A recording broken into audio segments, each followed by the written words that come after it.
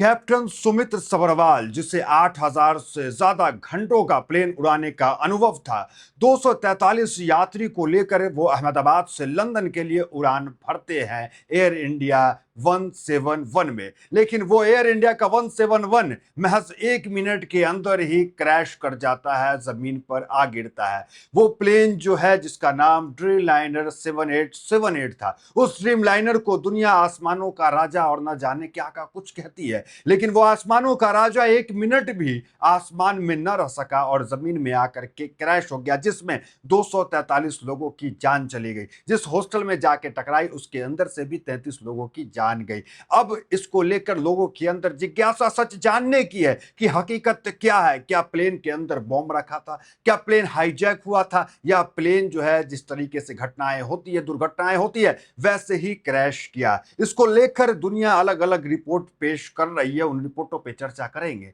मामला क्या है? मामला जुड़ा हुआ है, एक नाम सामने आया है मुकेश अंबानी का। मुकेश अंबानी का नाम कैसे जुड़ गया उसके बारे में आपको बताएंगे। देखिए, हाल ही में ध्रुव राठी ने एक वीडियो डाली। वो वीडियो ध्रुव राठी की 1 करोड़ से ज्यादा लोगों ने देखी, जिसके अंदर ध्रुव राठी ने भी कहा कि प्लेन के अंदर जो फ्यूल भरता है उसकी गुणवत्ता के कारण भी इस तरह की घटना होती है। उन्होंने अपने रिसर्च के हिसाब से वीडियो बनाया। लेकिन द गार्जियन की एक और रिपोर्ट है। वो रिपोर्ट में एक पायलट है, नील हंसफोर्ड। ये पूर्व पायलट है और अभी जो है चेयरपर्सन है स्ट्रेटेजिक एविएशन सॉल्यूशन के। उन्होंने कहा कि फ्यूल की गुणवत्ता, फ्यूल के खराबी के कारण इस तरह की घटना होती है। नहीं तो एक इंजन खराब होता, दूसरे से प्लेन चलता, लेकिन फ्यूल की गुणवत्ता जहां खराब होगी तो वहां इस तरह की घटना होती है। ये जो है नील हंसफोर्ड ने कहा। अब देखिए, ड्रीम लाइनर की इतनी तारीफ, वो ड्रीम लाइनर टिक नहीं पाया। तो अब क्या मामला है? देखिए, इस मामले में जो फ्यूल का मामला अब आ गया, तो फ्यूल के मामले में एक आरटीआई डाल दी गई। आरटीआई ये जानने के लिए कि उसका फिटनेस क्या था, वो जो प्लेन उड़ा था वो फिटनेस सर्टिफिकेट पेश किया जाए। और ये आरटीआई डाली गई माफ कीजिएगा, ये रिलायंस कंपनी के मुकेश अंबानी के, जी मुकेश अंबानी, उनके खिलाफ, कि वो जो पेट्रोल दे रहे हैं, उनकी कंपनी जो पेट्रोल देती है, क्या वो सही पेट्रोल दे रही है, उसकी गुणवत्ता ठीक है। देखिए, बहुत इंटरेस्टिंग खबर है, बहुत इंटरेस्टिंग बात है यहाँ पे रिपोर्ट में कि 4 कंपनी जो है गुजरात के अंदर पेट्रोल देती है। पहला Indian oil, Bharat petroleum, Hindustan petroleum और रिलायंस जियो। जियो भी देती है। 2010 से पहले 3 जो कंपनी थी, इंडियन ऑयल, भारत पेट्रोलियम और हिंदुस्तान पेट्रोलियम, पूरे गुजरात में पेट्रोल देने का काम करती थी। इसका ही बोलबाला था और ये तीनों कंपनी सरकारी कंपनी थी। लेकिन 2010 के बाद इन तीनों कंपनी का बट्टाधार हो गया और अब गुजरात के अंदर 2010 के बाद रिलायंस की जियो कंपनी एविएशन सेक्टर में बूम कर गई और वो एविएशन में पेट्रोल देने का काम करती है। अब बात जब गुणवत्ता पे, फ्यूल की गुणवत्ता पे रिपोर्ट द गार्जियन की आई, एक नील हैंसफोर्ड कह रहे हैं, उसके बाद आरटीआई भी लगा दी गई जानने के लिए कि गुणवत्ता को लेकर जो सवाल उठ रहे हैं। देखिए, रिलायंस जियो जो है, और एक इंटरेस्टिंग बात यह भी है कि जो एयरपोर्ट है, जिस एयरपोर्ट से ये उड़ान भरी, उस एयरपोर्ट को Indian oil, Bharat petroleum, Hindustan petroleum तेल नहीं देता है।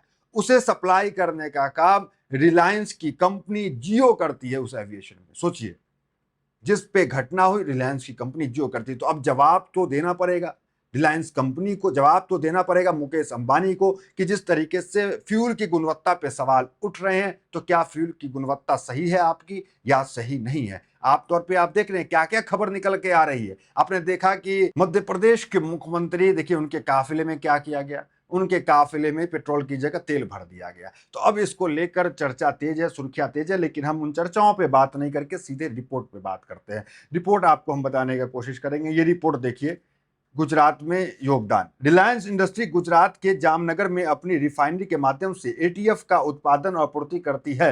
यह रिफाइनरी 1.4 मिलियन बैरल प्रतिदिन की क्षमता के साथ भारत के विमान ईंधन की मांग का एक बड़ा हिस्सा है। और विमान ईंधन की मांग का ये एक बड़ा हिस्सा है। हमने कहा कि ये 3 कंपनियां पहले सबसे नंबर 1 पे थी, जिसमें Indian oil, Bharat petroleum, Hindustan petroleum था। लेकिन अभी रिलायंस जो नंबर 1 पे चला गया। इतिहास भी आप देख सकते हैं रिपोर्ट में। इंडियन ऑयल आईओसीएल विमान ईंधन की आपूर्ति में निर्बाध रूप से सबसे बड़ी कंपनी थी। सार्वजनिक क्षेत्रों में company IOCL, BPCL, HPCL Bharat के विमान ईंधन बाजार पर हावी थी, क्योंकि निजी क्षेत्र की कंपनी जैसे रिलायंस का इस क्षेत्र में प्रवेश सीमित था। 2010 के बाद जियो बीपी के माध्यम से विमान ईंधन बाजार में तेजी से विस्तार किया। 2020 के बाद जियो बीपी ने को कड़ी टक्कर दी और अब यह भारत की सबसे बड़ी एटीएफ आपूर्तियों में सबसे बड़ा है और महत्वपूर्ण जो एयरपोर्ट है वहां पे रिलायंस की कंपनी जो है तेल देने का काम करती है, ये रिपोर्ट कह रही है। देखिए इसके जो प्लेन क्रैश हुआ है वह 169 भारतीय, 7 पुर्तगाली और 53 ब्रिटिश नागरिक, 1 कनाडियन नागरिक सवार थे। इसको लेकर कभी कभी जो है ब्लैक बॉक्स को लेकर के लोगों को उम्मीद जाग जाती है कि ब्लैक बॉक्स प्राप्त हुआ तो अब कुछ होगा, लेकिन खबर आती है कि वो भी क्षतिग्रस्त हो गया। तो ये तमाम खबरें आ रही हैं। उस बीच एक आरटीआई भी लगा दी गई। हम आरटीआई पे सीधा आते हैं। आरटीआई जो लगाया वो कुणाल शुक्ला ने लगाया। कुणाल शुक्ला आरटीआई एक्टिविस्ट है। उन्होंने कहा कि एयर इंडिया विमान हादसे के लिए मेरे द्वारा डीजीसीए में लगाया गया आरटीआई आवेदन के तहत एयरक्राफ्ट एक्सीडेंट ब्यूरो को ट्रांसफर किया गया। मैंने आरटीआई के इस विमान का लास्ट फिटनेस सर्टिफिकेट तथा उस दिन अहमदाबाद से उड़ान भरने की पूर्व जिस इंजीनियर ने इसे ओके किया था उसका डिटेल मांगा है। तो ये तमाम बातें ये आप देख सकते हैं, लेटर जिन्होंने आरटीआई लगाया। तो ये तमाम चीजें अभी हो रही है। देखिए अहमदाबाद एयरपोर्ट जो है उस एयरपोर्ट को अडानी को दे दिया गया। पेट्रोल भरने का काम जो है रिलायंस के अंबानी को दे दिया गया और एरोप्लेन जो एयर इंडिया का था ये इसे दे दिया गया टाटा को। ये तमाम चीजें जो सरकारी थी अब वो प्राइवेट हो गया। अब पत्रकार सवाल करे तो किससे करे? क्या वो एयरपोर्ट से जो अडानी का उससे सवाल करे? क्या वो तेल भरने वाली कंपनी से जो प्राइवेट की अब हो गई है अंबानी से सवाल करे? किससे सवाल करे? देश की गृह मंत्री से करे, मोदी से करे, अमित शाह से करे, या फिर अडानी अंबानी और टाटा से करने का काम करे? देखिए एक और खबर है, अडानी और जियो के बीच बड़ी साझेदारी, एक पंप पर मिलेगा दोनों कंपनी का फ्यूल। देखिए मैं गुजरात गया था चुनाव कवर करने। गुजरात में जियो कंपनी, देखिए गुजरात के बाहर अगर आप किसी स्टेट में, तो जियो उतना ज्यादा यहाँ पे प्रभावशाली नहीं है, उतना ज्यादा जियो का नहीं है, लेकिन अब खुलना शुरू हो गया। जियो की सीएनजी खुलने शुरू हो गई और पेट्रोलियम भी खुल रहा है। लेकिन जियो गुजरात के अंदर हर जगह आपको एक ही चीज मिलेगा, सीएनजी से लेके पेट्रोल या डीजल में जियो ही जियो आपको दिखेगा, जो कि रिलायंस के मुकेश अंबानी का है। देखिए गार्जियन की रिपोर्ट भी है कि Neil Hansford, a former pilot and chair of the strategic aviation solution concern said other theory. अभी इन्होंने आगे क्या कहा देखिए जरा सा। The plane's fuel tank was reportedly near full, but Hansford said contaminants could lead to closing. Blocking fuel could cause an engine problem.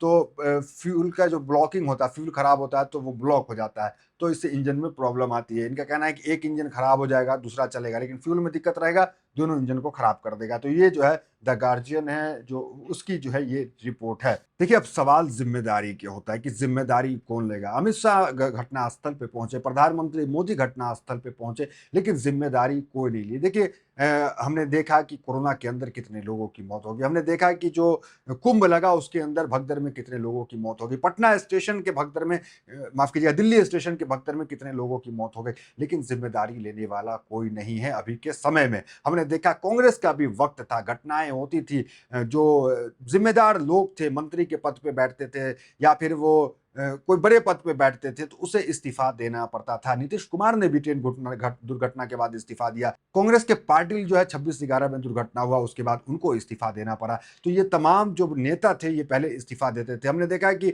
Bengal के अंदर जो मौजूदा अभी मुख्यमंत्री हैं उन्होंने भी, ममता बनर्जी ने भी इस्तीफा सौंप दिया था ट्रेन दुर्घटना के बाद। तो ये पहले के नेता थे। आज के नेता जिम्मेदारी कहीं पे नहीं ले रहे। पहलगाम के अंदर इतने लोगों की मौत हो गई, जिम्मेदारी किसी ने नहीं ली। कहाँ गए वो 6 आतंकी जिसने मौत के घाट जो है तमाम लोगों को उतार दिया, उसका किसी को पता नहीं। देखिए अमित शाह घटनास्थल पे पहुंचते हैं और घटनास्थल पे पहुंच के अमित शाह क्या बयान देते हैं। वो अमित शाह कहते हैं कि ये दुर्घटना है और दुर्घटना को रोका नहीं जा सकता है। सुनिए। जरूर कहना चाहता हूँ कि ये एक्सीडेंट है, एक्सीडेंट को कोई रोक नहीं सकता।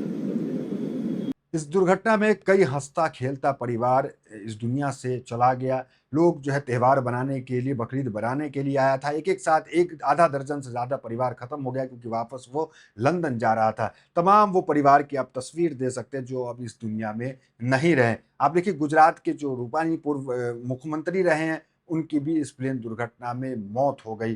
तो सवाल कई उठ रहे हैं, लेकिन अब तक ना तो कोई जिम्मेदारी लिया, अब तक ना तो कोई इस घटना को लेकर के जवाबदेही तय किया, और जो है ना ही कोई रिपोर्ट जो है सरकार की तरफ से जांच की आ रही है कि ये घटना क्यों हुई। देखिए, सुब्रमण्यम स्वामी इस घटना को लेकर इस्तीफा जरूर मांग रहे हैं, और ये इस्तीफा प्रधानमंत्री नरेंद्र मोदी से मांग रहे हैं, और कह रहे हैं कि ये जांच तभी जो है सही हो पाएगी जब ये इस्तीफा देंगे। तो ये तमाम चीजें अभी निकल के आ रही है। अब देखना दिलचस्प है कि आरटीआई का जवाब क्या आता है। क्या जो फ्यूल की गुणवत्ता पे सवाल उठ रहे हैं अंबानी से रिलेटेड, वो गुणवत्ता सही थी या नहीं। तो इस वीडियो में इतना ही। मिलता है वीडियोस दोबारा हमारे साथ। बहुत बहुत धन्यवाद। चैनल को अब तक सब्सक्राइब नहीं किया तो सब्सक्राइब जरूर करें।